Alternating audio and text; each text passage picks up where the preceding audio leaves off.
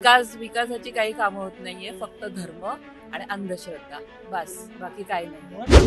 बाल ठाकरे को हिंदू लोग देवता के जैसा पूजा करते थे। हाँ, उद्धव ने हिंदू के खिलाफ काम कर दिया, हाँ, इसलिए उद्धव का पत्ता कट है। हाँ। मगर मोदी के अलावा है कौन?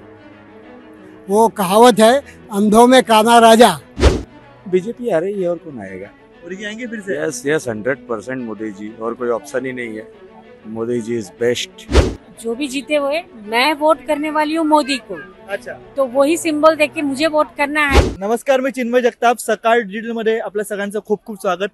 आज आपण आलो आहोत मुंबईच्या मरीन ड्राईव्हवर, कारण की मुंबईमध्ये जोही येतो तो इथे येतोच, कारण की समोर समुद्र किनारा आहे आणि जसं इथे वारं सुटलंय तसं देशामध्ये लोकसभेचं वारं सुटलंय। आज आपण देशामध्ये नक्की काय चालू आहे हे मरीन ड्राईव्हवर येऊन जाणून घेतोय, कारण देशामधून जो कोणी मुंबईत फिरायला आला तो मरीन ड्राईव्हवर आलाच की।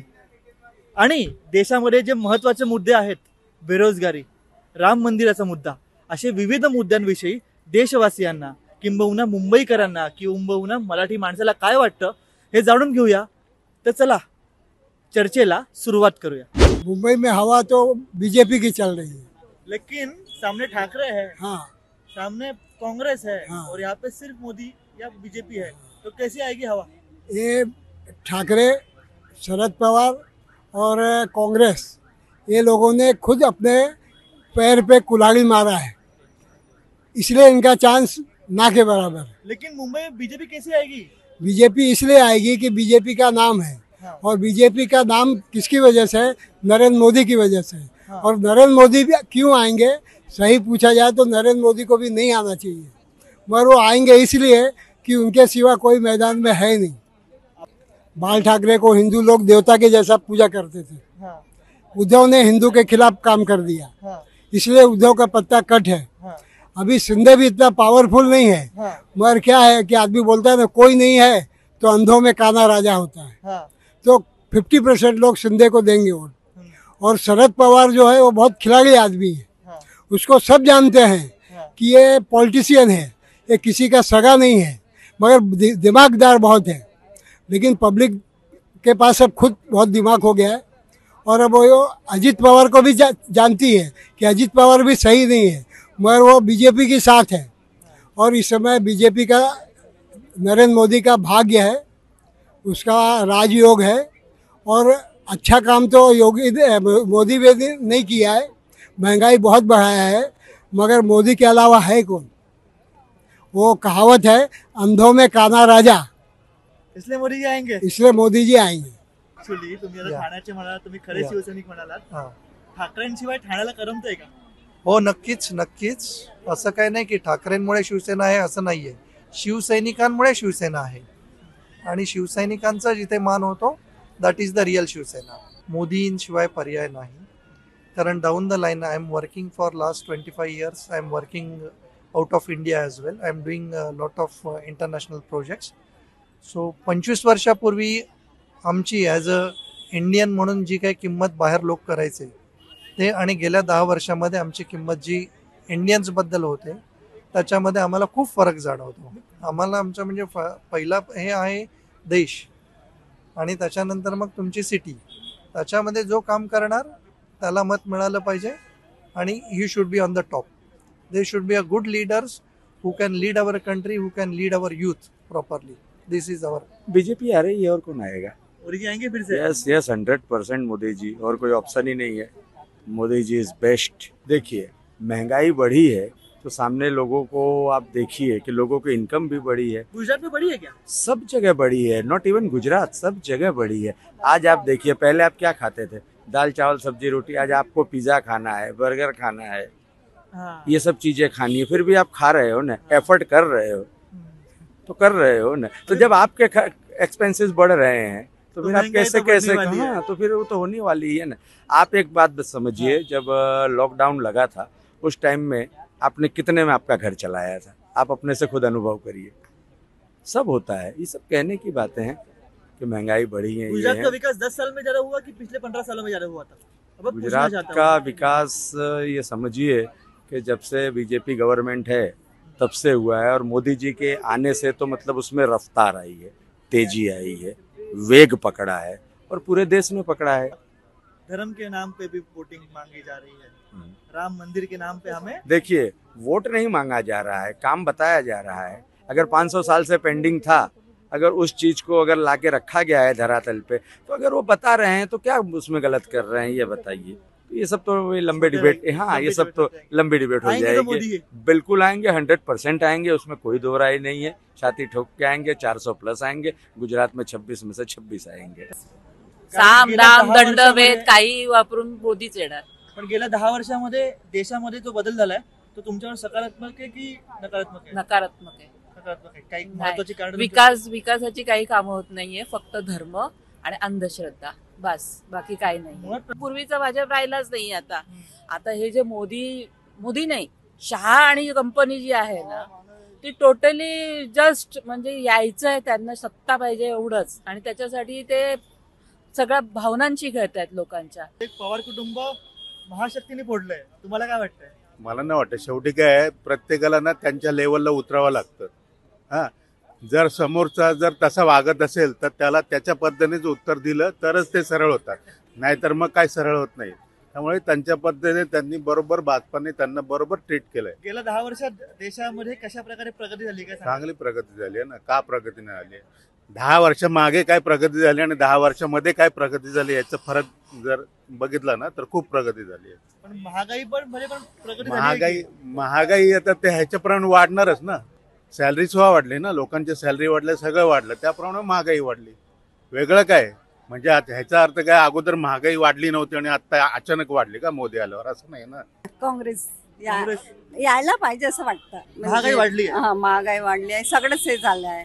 काँग्रेस येईल तर थोडं गरिबांसाठी वगैरे चांगलं होईल. तुम्ही कुठच्या आहात? नागपूरच्या.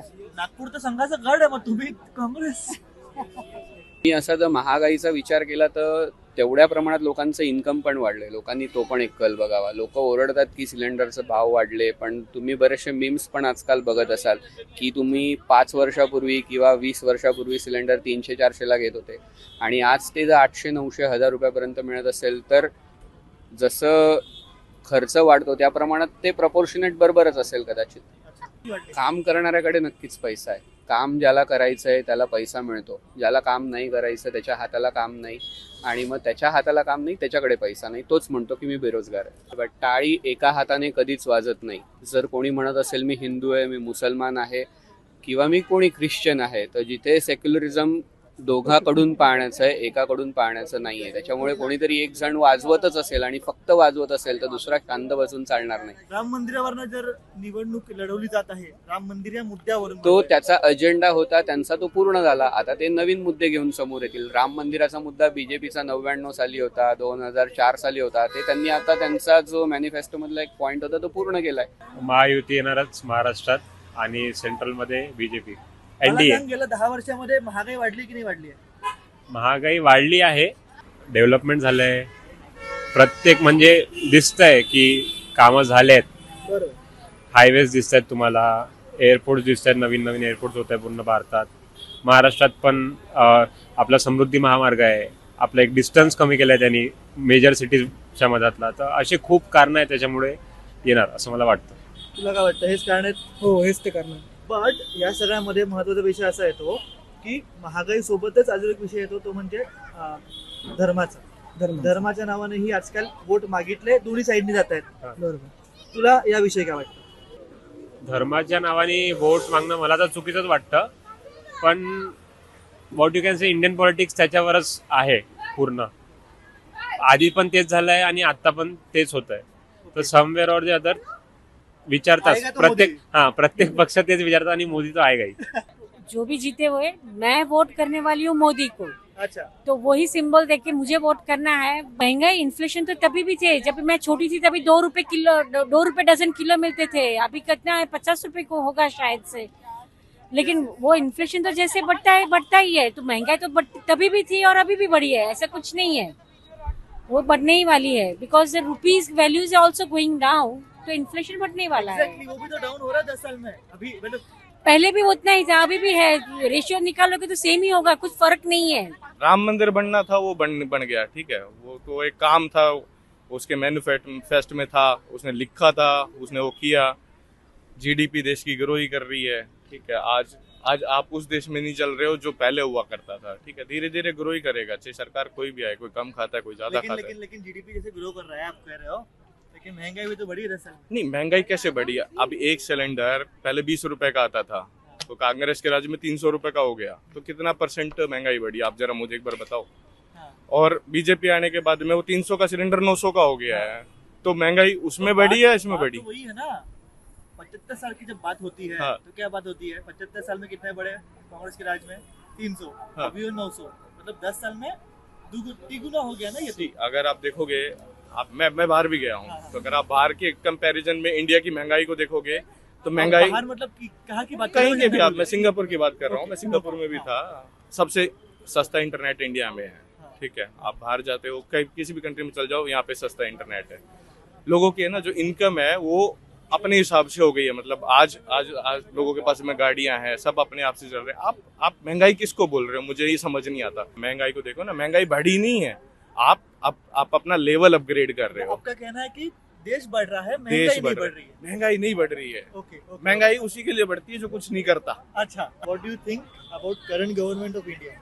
I prefer Modi, yes. You prefer Modi? Yeah, BJP, yes. Any particular reason? I like the way they industrialize India, economic expansion, international relations. That is your opinion. Yes. Modi should come again. जी, मुझे तो लगता है कि अब क्या कांग्रेस आना चाहिए। कांग्रेस आना चाहिए, क्यों? हाँ, क्योंकि ऐसे बहुत से केसेस है जो सोशल मीडिया में देखते हैं, बट कांग्रेस के भाजपा के इसमें दिखता नहीं कि उसमें कुछ हो रहा है। जैसे मणिपुर के इसमें भी बहुत सारा केस देखे, अभी तक शायद नहीं गए वो लोग, नहीं कुछ करें, बट आई थिंक कांग्रेस होती तो बहुत सारा एक्शन लेती थी। तो महंगाई के ऊपर तो कुछ बोल नहीं सकते, वो तो जैसा चलता है वैसे चलेगा। अभी महंगाई बढ़ भी सकता है, कम भी हो सकता है। राम मंदिर बने तो अच्छी बात है, हिंदू के लिए, हिंदू कास्ट के लिए तो अच्छी बात है। अब उनको अच्छा मंदिर बहुत अच्छे मिले। राम मंदिर के नाम पे किसी पक्ष को जिताना, किसी पार्टी को जिताना, वो गलत है। मतलब कोई धर्म के नाम में अगर वोट मांगे तो वो भी गलत है। और अगर हाँ तुमने कुछ करा होगा तो पब्लिक ऑटोमेटिक तुमको देगी वोट। अगर कोई मंदिर के नाम पे या फिर धर्म के नाम पे अगर वोट मांग रहा तो गलत है। अभी जैसा कांग्रेस के लिए भी ऐसा कर दिया कि अपना मतलब कि तुम मुस्लिम भाई हो तो वोट मांगो तो गलत है, वो भी उन्होंने रोक लगाया है, जो कि गलत है। तुम अपने तरफ से मांग रहे हो तो वो भी अपने तरफ से एफर्ट डालेंगे। महाराष्ट्रातील सर्व बातम्यांचे विश्वासार्ह व्यासपीठ, सकाळच्या सर्व सोशल मीडिया प्लॅटफॉर्मला लाईक, फॉलो आणि सबस्क्राईब करा। तसंच सर्व नोटिफिकेशनसाठी बेल आयकॉन प्रेस करायला विसरू नका।